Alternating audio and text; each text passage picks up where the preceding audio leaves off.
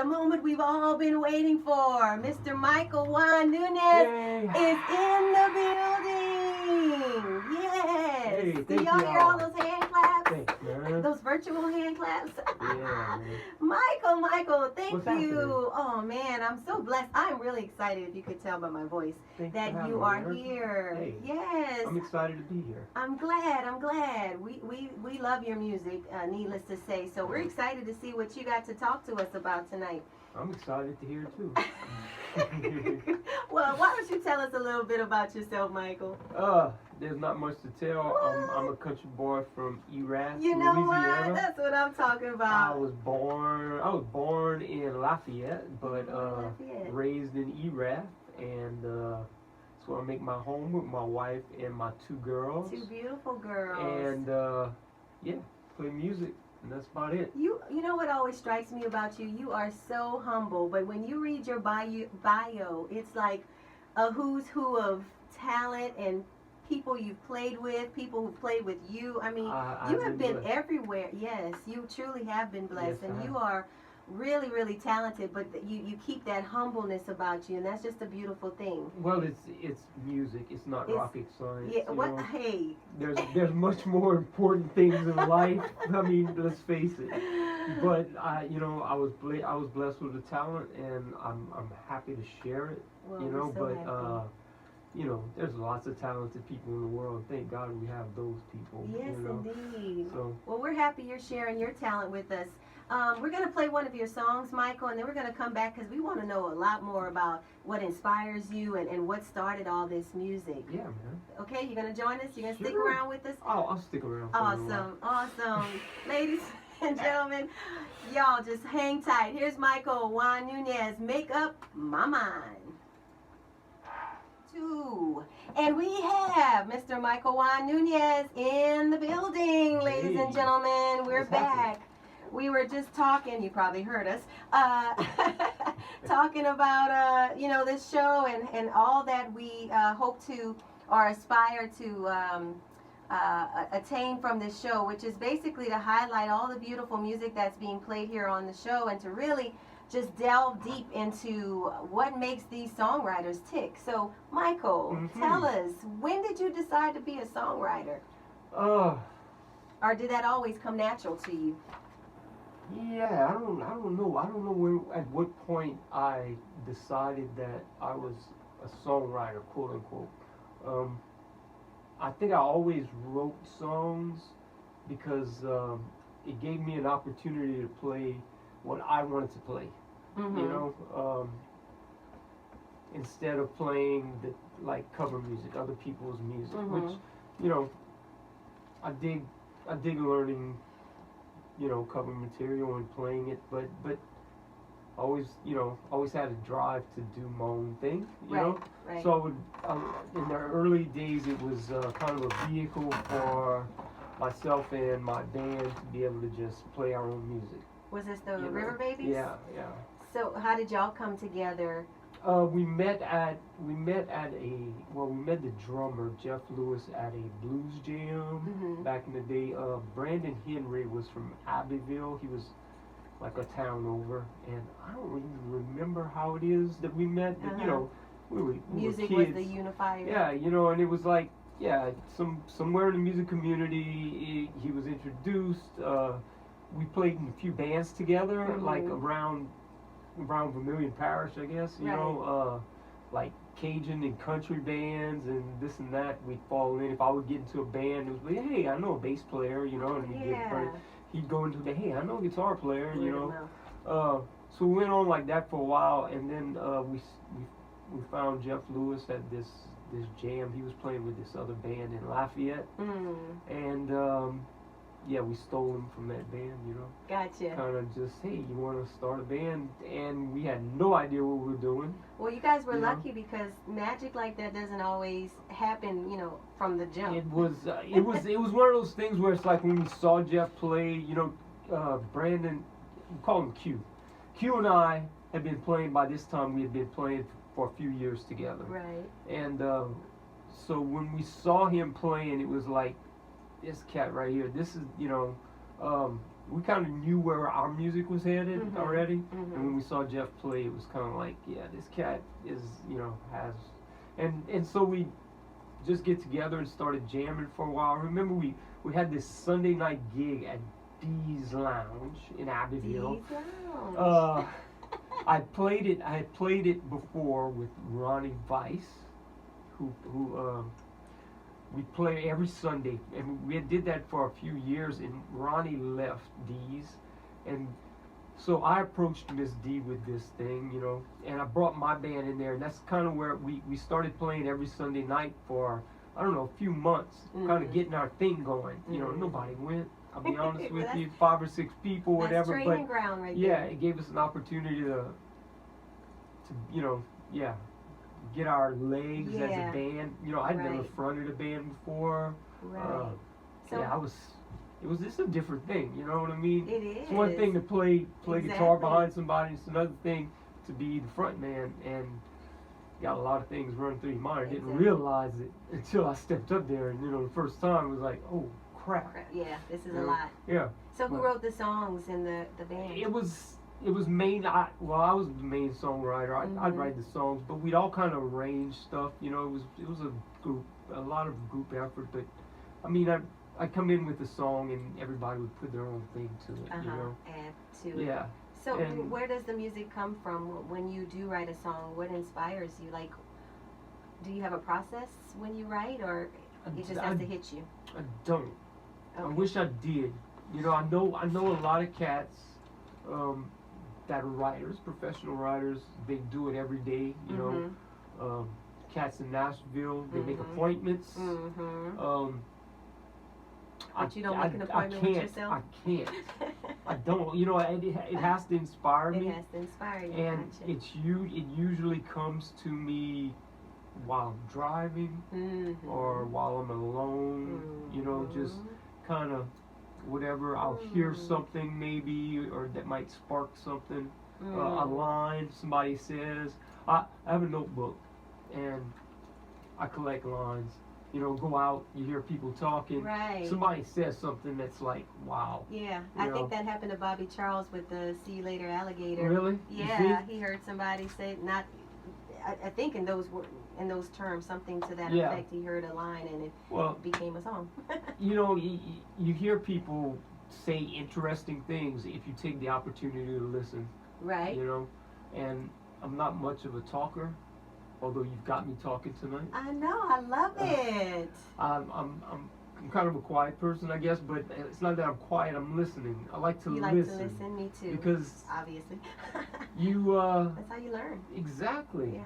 That's how you grow, and that's how you learn. Yeah, so, how would you categorize your music if you do that at all? Does it have a genre? I didn't. I ran from that for a long time. For a long time. Okay. And why is that? Because I don't think I knew who I was. Seriously, my tastes are very eclectic and tend to run outside the norm. I'm not a big fan of pop radio. Right, gotcha. I like music that comes from a deeper place, a deeper well. Spirit. And so and it runs all over the place. It runs from like really heavy stuff to really jazz and whatever. Good music is good music. Yeah. I was raised in a home where we had, my mom loved Elvis. My dad was a classic country fan. Right. My siblings were classic rock, fans. So I'd have the Stones, Elvis, Hank Williams. This is all within an hour, you know what I mean? Kind of like KBON 101, huh? and at the time I was growing up, records were a big part of life, you know. I understand that. And whenever my sister would go out of the house, well, I'd have her record collection and I'd play it and... That's awesome. Don't touch my records! Oh yeah, that was a big deal. You can't just touch folks' but, records. You get beat up for that. But I always loved music. My dad was a musician. He was a country singer, and I remember being young, and they would rehearse at the house. So he would gig too. He was out there doing shows. I mean, by the time I came along, he had slowed down quite a bit, but they would still do a few shows a year. You know, they get together. It was more fun stuff. You know. Fun. Nice. But he loved music. You know, he'd sing all the time around the house and play. And I mean, he's the one that taught me my first chords. You know, but somewhere along the road, I got into like blues. You know, and I think I got into it. I know I got into it through the classic rock stuff. You know, the Stones and Zeppelin and all that, and which came from my siblings. You know, without them, I wouldn't have found that. But that was the music that was around the house when I was a kid. So because they were listening to it, I was listening to it.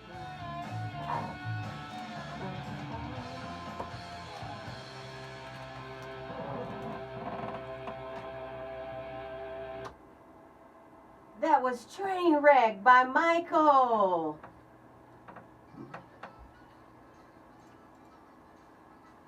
Michael, tell us about that song. Sorry, Belton Richard, you're going to have to wait your turn. Tell us about it. So this was your song with Sonny. Y'all played on the song together. Yeah. That was a good time. It was a good. We the boys and I set up at Tony Daigle's studio and we tracked most of that album live as it was going, and then added some fairy dust on top of it later. So how does that work when you're recording a live album? You just go straight through the song and then come back and edit little parts, or how? No, when you're recording live, you can't really come back and edit a whole lot. Right. You just it's cool. Like I like that feeling of walking that tightrope. You know, everybody has to pay attention, but the sound you get is different. That record in particular. I'm trying to think. It's been a while, but I'm trying to think. I remember setting up at Tony's. Yeah, most of the tracking, at least the rhythm tracks, were done live. I think we came back and did like some of the lead stuff, and the vocals were tracked after. But the rhythm tracks were cut live on that album. And where was that recorded? At Tony Daigle's studio in Lafayette. Yeah. Okay, great sound. It's really polished, and like you said, you gotta just make sure everybody's on point. And they definitely were. There's some bad boys. I think on that track was Chad Willis and Dudley Frugier was playing drums. If it's not, don't kill me, Clint. I'm sorry, because Clint Redwing also played drums on that record. I don't remember which. I think it was Dudley playing on that track though. I know he played on a couple of tracks. So tell us about this new blues influence that you're cultivating. Like I said, it was again, that's why I can't really describe what this music is. It was rock and roll. I always called it rock and roll, but my whole career, I've always been kind of pigeonholed as a blues artist. You know, every time I was described in anything, in the interviews or in the paper or something, it was always blues. You put, and then especially whenever like iTunes came out and stuff, they needed a genre. You know, that's when I really began to notice. You know, before that it was just music. Yeah. Were you okay with the blues? Yes and no. Yes and no, because you're like, y'all missing out. Well, it's not that I was missing out. It was that I love blues music. I really did, and I didn't think that it was right to call me a blues artist. Oh, really? Because so you it was didn't like, feel... I didn't feel like I could live up to that thing. You know what I mean? Respect for I did. I had a lot of respect for it. You know, and still to this day. I mean, there's a lot of artists out there that are quote unquote blues artists that is, I listen to a lot of blues radio that's like, God, this is horrible. I'm sorry, but it is. Go back and listen to the great stuff from, Chess Records or Excello Records. Yes. Which artists? That was the real thing, man. These cats were creative. Yes. They were, you had to have an identity. Great songs, great production. Even in the case of Excello Records, the stuff done in Crowley, if it wasn't great production, at least it was interesting production. Right. Where Jockey was playing sticks on countertops or Yes. box tops or whatever. They made use of what they had, but they made it really interesting, and then created grooves, you know, that you could really feel. Yes. Like, you know, the Slim Harpo stuff was, oh god, I love Slim Harpo. But anyway, We're gonna play some of that tonight. yeah, man. That's awesome. You could tell you study, you know your history. Oh, I was deep into the blues. Consume it, yeah. Like I said, once I got into that, it was hard for me to come back out to the rock stuff, man, because to me the blues was so much heavier than the rock and roll stuff, you know. Right. But yeah, I couldn't justify being called a blues artist. Couldn't see it in myself, but I think, you know, Lil Buck's passing had a really big impact on me. Oh, did it? And, you know, it had an impact on Yeah. a lot of people. You know, Right. Buck was loved by a lot of people. But he was a friend of mine, man, you know, and we talked a lot, especially at the end. And I think I felt better about being able to say, okay, I'm going to do a blues record, you know. First of all, I had some issue with it because, first and foremost, I'm a white boy, you know, and I'm playing a music that it's a black music, you know, it really is. And I don't know too many white cats that do it well. I'll be honest with you. Wow. I could probably name a handful of artists, but yeah, they're missing out on something that's in the culture. I'm sorry, but it's true. Okay. You know, and I don't know that I felt comfortable having, you know, stepping into that role, you know. It was rock and roll, man. You know, white boys get a hold of black music and it becomes rock and roll. And hey, it's cool. Whatever, you know, it's cool. But it wasn't like I was gonna fly the flag, you know. Yeah. But I think Buck made me feel all right about And saying, you know what, man, Ooh, you should step up and do something. Absolutely. Step up and do something, like really do it. Absolutely. And so we're gonna, you know, I wrote some songs, and that's the next project. We're working on blues So you're records. working So on a this is blues the album. first blues album. you know. Wow. And that's coming around what time? Hopefully it'll be out in the spring. In the spring. Yeah. Okay, so you're planning on finishing up in the Yeah, spring. it was supposed to be out. It was supposed to be out in the summer, but Well, you got to take your time with it. yeah, it You know? didn't. But you were out on tour, Yes. so I'm sure that kind of halted some of Yeah, the yeah. writing. So what was that like going out to Oh, it was Europe? fantastic. I'm sure man. you've been there already, but what It was. it like? I had been out there as a sideman for the artists. Mm-hmm. You know, this was my first time in Europe as the A front man. yeah. You know, or I was the only man. It was a solo tour on this package that they were traveling around. Now, were they promoting Louisiana It music? was Louisiana music. It was they called it the the American Cajun Blues and Zydeco Festival. Wow, that's heavy. That's Yeah, a lot. yeah. So All we in had one. we had Dwight Carrier, and we had Joe Hall and myself.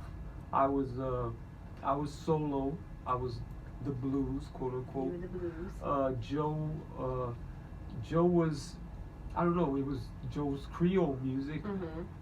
Really didn't have any Cajun music, but Joe had some cats with him. Marshall Baker on fiddle, fantastic fiddle player Wow, out of New Orleans. yes, I saw that clip. Y'all and sounded Mark Palms, amazing. who's a, you know, Americana artist, just wide variety of styles. Plays fiddle, plays guitar. They have a trio, a Creole trio that is just fantastic. And then Dwight had the full band. He brought his full band with him, and he had Ruben Marino. So Ruben was part of Yes, Dwight's.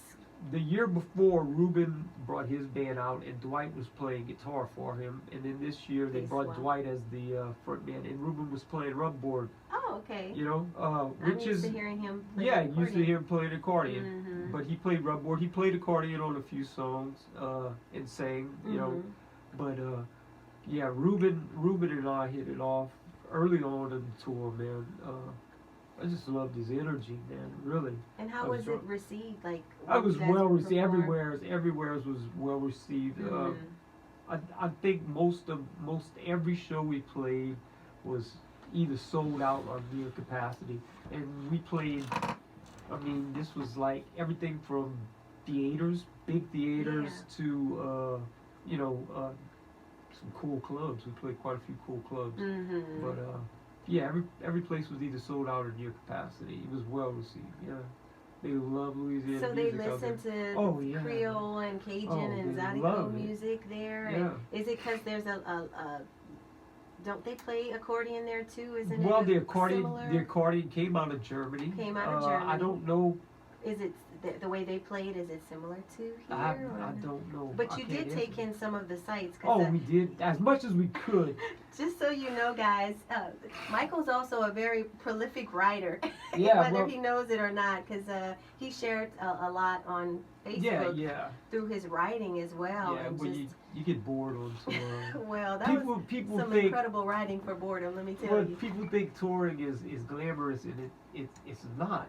It's hard, you know. It really is hard. You play, they drive you to the hotel, you wake up early, you get up, eat breakfast, get in a van, drive for 6 to 8 hours, unload, unload, set up, sound check, go back to the hotel, clean up, come back, play, back to the hotel, do it all over again. And this is every day. I think we had 3 days off on the whole tour, 3 days.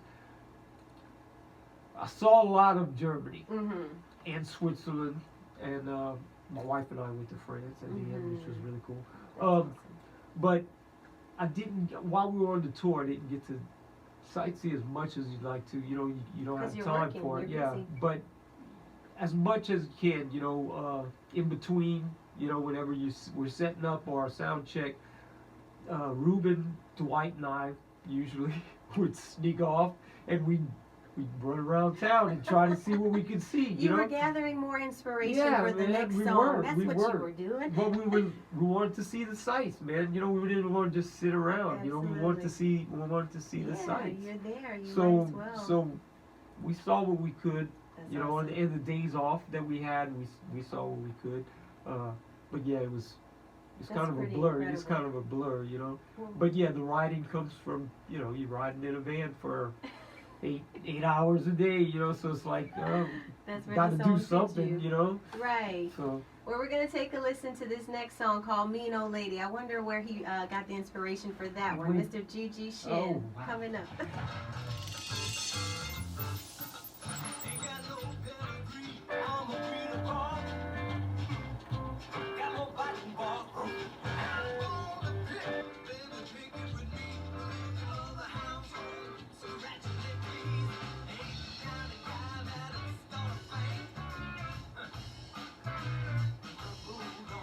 Unplugged, you know. So that's unplugged in that cathedral, and there was probably like 200 people in there or something like that. And that's cool to be able to entertain that many people with no PA, you know, nothing like that. It was just, you know, badass. We did that in Wolfenbüttel. In a theater, yes, in a theater that held probably, say 1,000 people. And I played, and it wasn't with Marshall. I played a tune, one of my songs, Game Like Me, by myself on the stage, on the end of the stage, no PA, to about 1,000 people in the theater. That was the most incredible feeling. I bet. Like, and my sister had come out to that one, and they were sitting up in the balcony. And she said they could hear it, like, you know. And they have a reverence too, huh? Yeah, like it was quiet. They were all sitting down. Yeah, that was what was really cool. You know, as a songwriter, I found this guitar. And how can you find a guitar like this in KBON and not play it? If y'all come see us play live, this song right here is done by Clint Redwing on vocals, and he does a much better job of this than me. I can't sing this song, trust me, but I do like this song, so I'm gonna do that.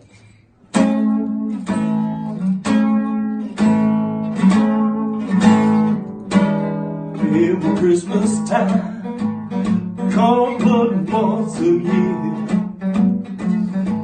Yeah, I'm getting ready to spread some Christmas cheer. take the next 6 months to pay these bills. Every time I think about it, it gives me the thrill. Lord, Christmas time, come but once a year.